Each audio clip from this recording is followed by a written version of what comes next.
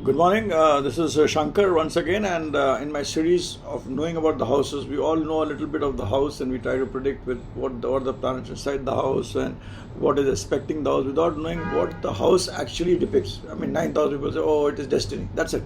Or it's about the no. Every house has what is important is what it gives you. It could be for anything, but what it gives you, and that is important. So I'm going to tell you about 9,000. Also, the experiences, the issues, and the areas that are covered by the 9,000. 9,000 is a house of struggles. It tells you आपका क्या संघर्ष रहेगा जिंदगी में, कितना संघर्ष करेंगे. So 9,000 is all about what you will struggle in your life. 9,000 is also about your old people, the old people who are there in your house and who are staying with you. 9,000 is also about your conscious mind. On the one hand, it also talks about your subconscious mind. It is also a very important house which tells you, what will be your spiritual endeavor, how much, what will be the level of, mysticism you have, what is the level of religiosity you have, and how do you understand the consciousness or the through your subconscious mind. That is what the 9th house depicts. It's not doing a karma kand. It's like, it gives you an idea of what it is all about. 9th house is also the power of you to help and give others. It is not the first house. The first house is only 25% of out of 100%, only 25% of the heart you have to give others. I mean, could be a very poor man, it could be the richest billionaire. The heart which you have to give others, to help others, is not from the first house, it is from the 9th house. And 75% of what is your heart, how big is your heart to give to others, has to be seen from the 9th house. People talk about 12th house. 12th house is the power to spend money. You can spend money. You can spend it on debts, etc., etc.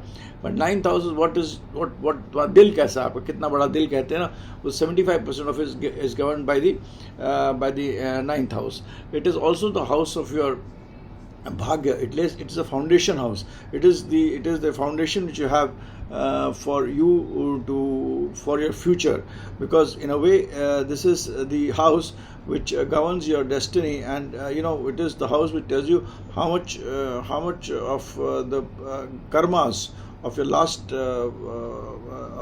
birth, and that also in relation to the karmas you've done with your old people, with your buzurg, with your old people, with the people around you. How much is that part of the karma which is going to be, which is going to affect you in terms of you rising? So it's a very specific thing here, where you have to see it. It is the karma of the last birth of what you've done for the old people, for your gurus, for your people around, and that which you have done will come in different ways to you in this particular birth. So this is what the 9th house governs all about.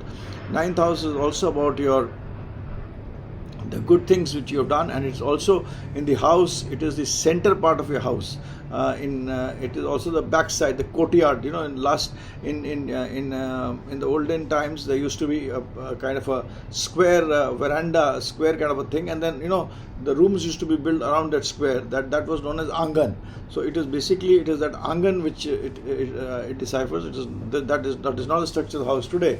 So today it is basically the center of your house. The center of your house is in the 9th house, and if you want to understand the 9th house, go to a person's house and see how he has kept the center. Also, it also tells about how much money will you earn, and how much money will you earn from your people. What inheritance is one thing, but how much the inheritance you'll get, or how much inheritance you will use, you will enjoy. Suppose your parents live till 95 years, and you live till say 80 years. I mean, there's the difference of 30 years, and you don't have a very long life, and you enjoy the inheritance for 5 years. So what is the amount of inheritance you'll get, and also how much will you enjoy?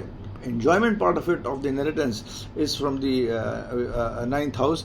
It also thus governs, because it is a house of destiny and your last birth and the karmas you've done and how you've dealt with the old people. It also then depicts who are the people you will get in this life. I mean, if you've done good karmas in terms of your in your last the same with respect to others, with respect to your old people, with respect to people in the family, you've been the center of the house, etc. You may be born in a good family, a rich family, so that is, it also governs your childhood, so which tells you about what you will get.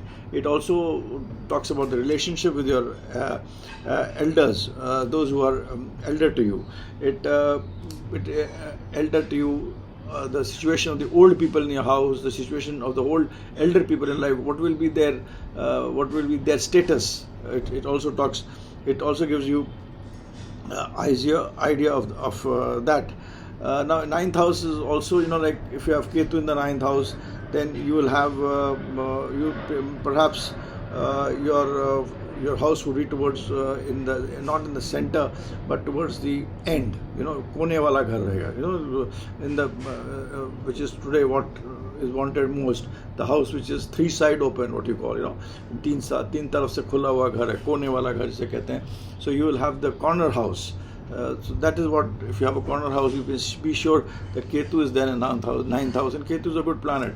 It's a planet which has, it's a karmic planet which gives you a lot of good karmas if it is in the right place.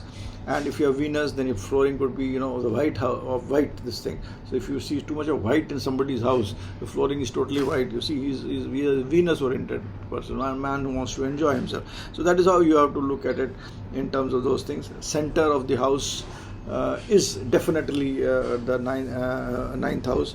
It is also the house of as far as what is grown.